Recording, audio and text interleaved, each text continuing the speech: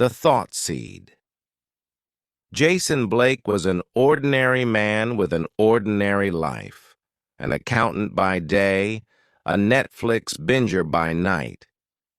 He wasn't rich, nor was he particularly ambitious. He had learned to live within the gray walls of comfort and routine, but everything changed the day he met Mr. Vale. It was a rainy Thursday when Jason ducked into a tiny old bookstore to escape the downpour. Dusty and dim, it felt like stepping into another time. As he wiped water from his glasses, an elderly man with sharp eyes and a mysterious smile appeared from behind a shelf. "Looking for something specific?" the man asked. "Just killing time," Jason replied. The man nodded knowingly. Time is often wasted by minds that don't realize their own power.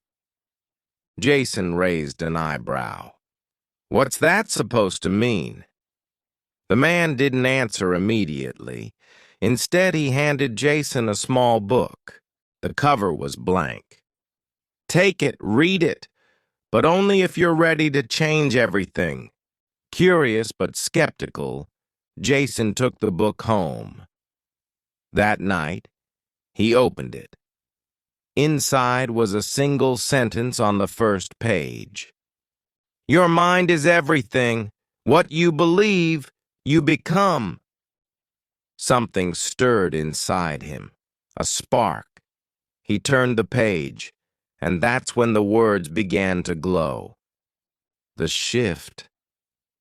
Jason blinked.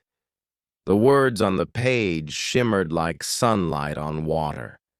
He rubbed his eyes, thinking it was a trick of the light or maybe exhaustion. But when he looked again, the glowing words remained. Focus on fear, and it will grow. Focus on possibility, and doors will open. As he turned the next page, he felt a tingling sensation in the back of his head, like his thoughts were being rearranged. That night, his dreams were vivid. He stood in an endless hallway filled with mirrors. In each reflection, he saw a different version of himself. Wealthy, powerful, kind, broken, lost, heroic. A voice echoed in the corridor.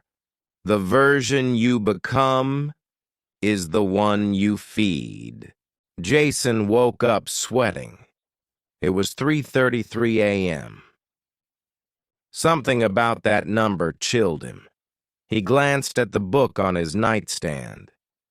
It now had a title etched into the cover that hadn't been there before. The Mind Key. From that moment on, subtle changes began to happen. The coffee shop where he usually got ignored suddenly greeted him by name. His co-workers started listening to his ideas. And strangest of all, he could sense what people were feeling. Not reading thoughts exactly, but sensing moods, hesitations, desires.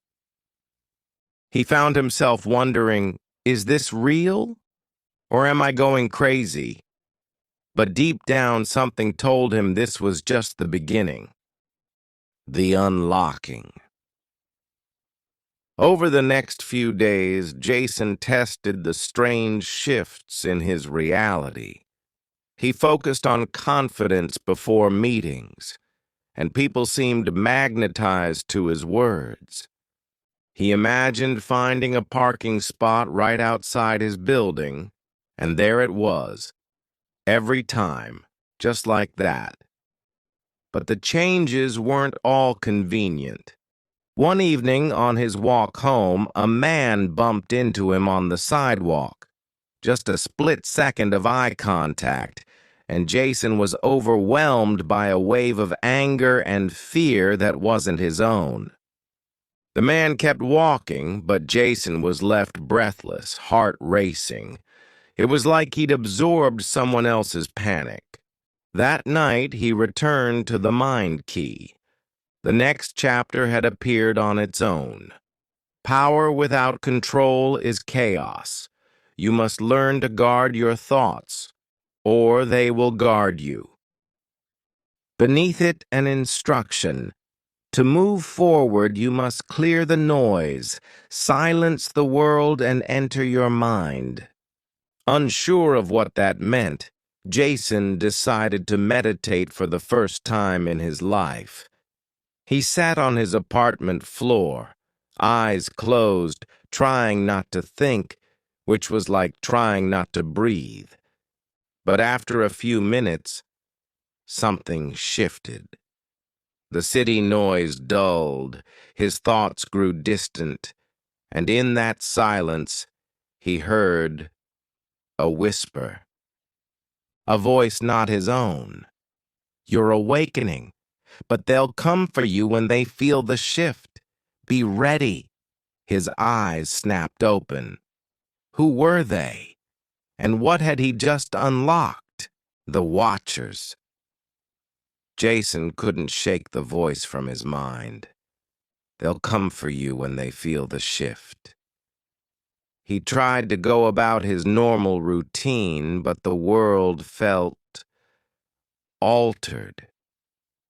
Everything was sharper, colors more vivid, conversations more transparent, like people's intentions floated beneath their words, and Jason could read them like subtitles.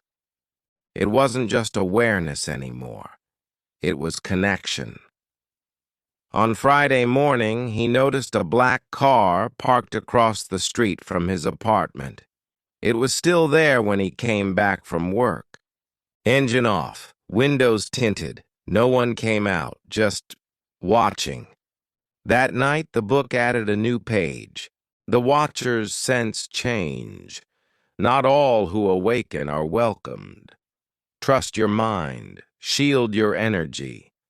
Doubt is their favorite doorway. Jason sat back, heart pounding. The Watchers? Was that the man he'd passed on the street? The car outside? He pulled the blinds shut. Suddenly his phone buzzed. A message from an unknown number. You've read the book. That makes you one of us. Don't trust the car. Don't trust your silence. Meet me tomorrow, 7:17 a.m., rooftop of 9th and Alder. Come alone. Jason stared at the screen. Was this real? Was any of this real anymore? But the book was already glowing again, casting light across his dark room. Another sentence appeared on the final page. You asked for more. Now it's coming. Choose your next step wisely. Your mind is no longer yours alone. The rooftop meeting.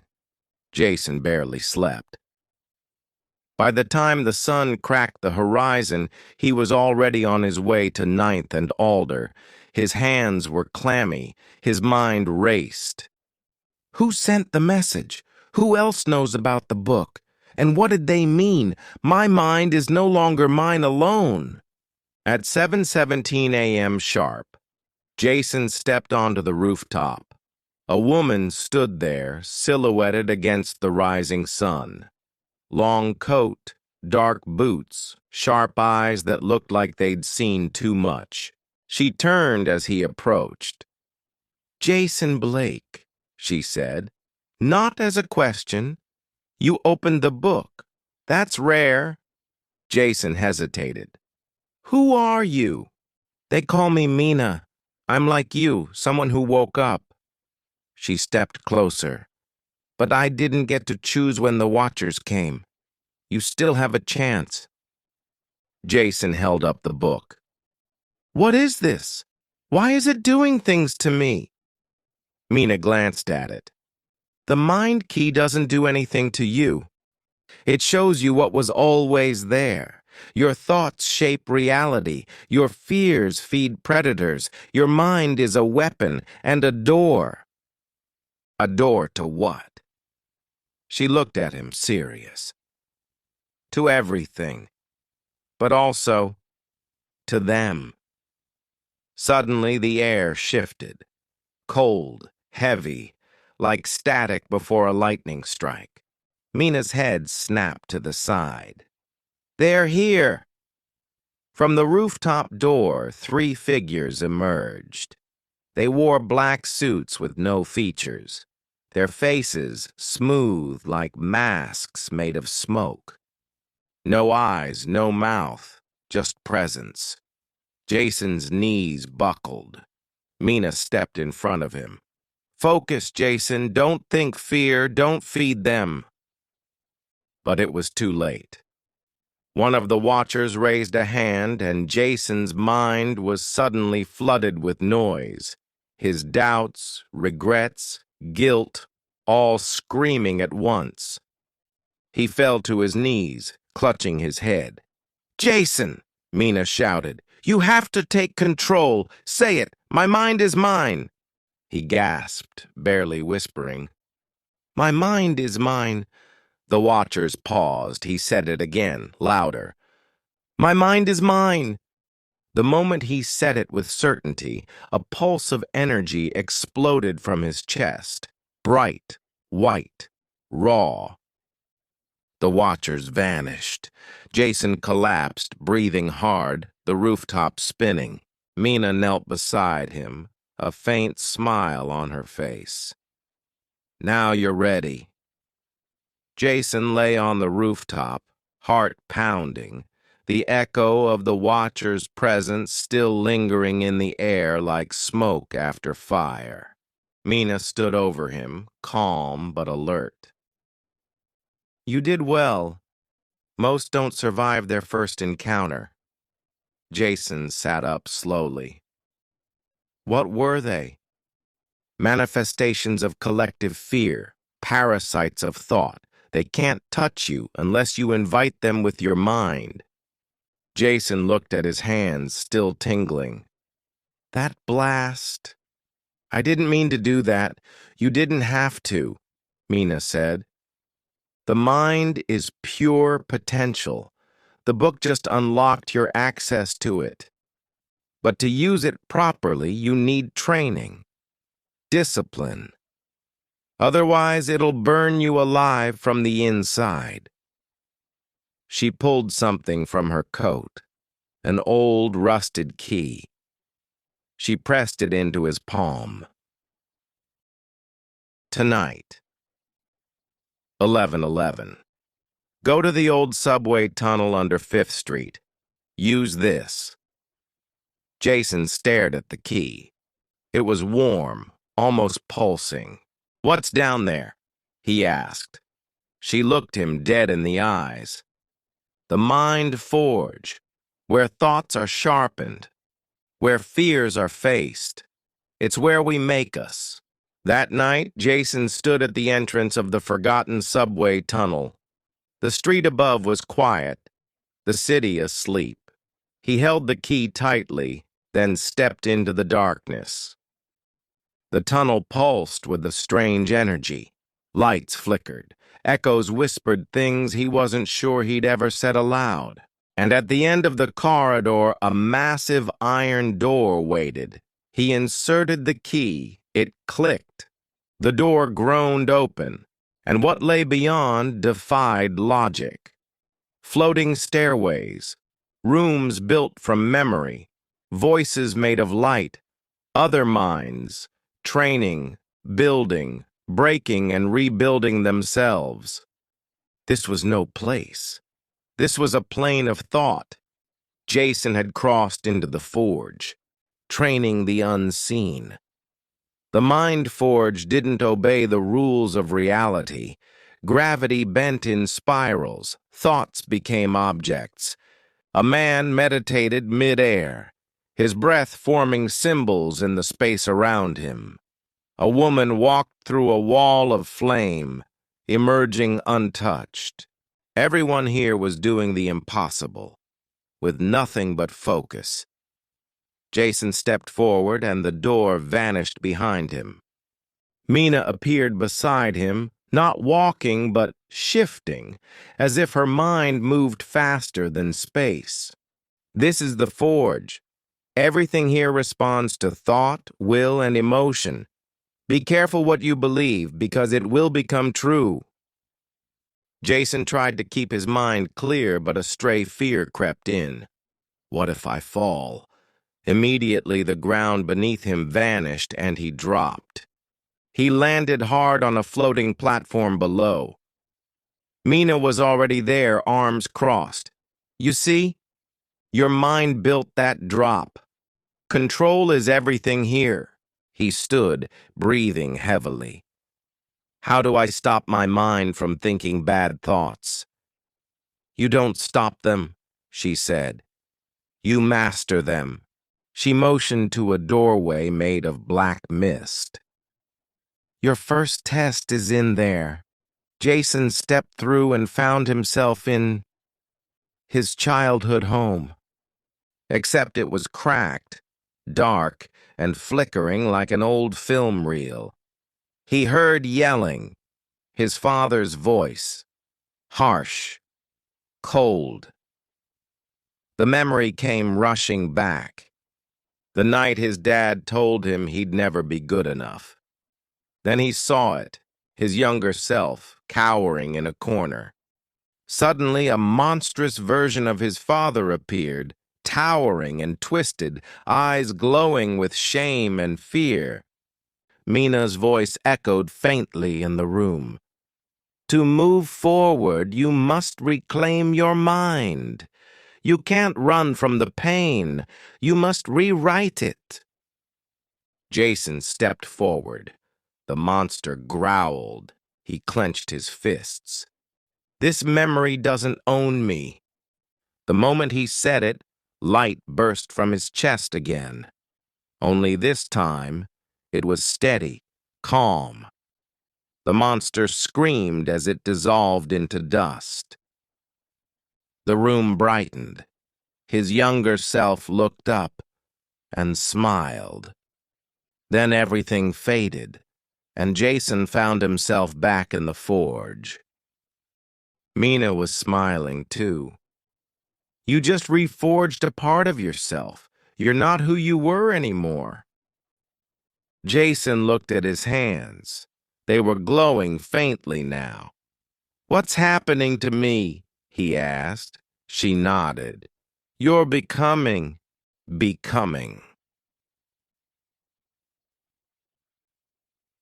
The mind forge pulsed around Jason like a living being. He could feel it now, the weight of his thoughts, the shape of his emotions, the power behind every belief he held. Mina stood across from him, more mentor than shadow now. You've reforged pieces of yourself, she said. But there's one last step. The Watchers will come again, stronger, smarter. They know you're awakening, and they'll try to take your mind from the inside. Jason's pulse quickened.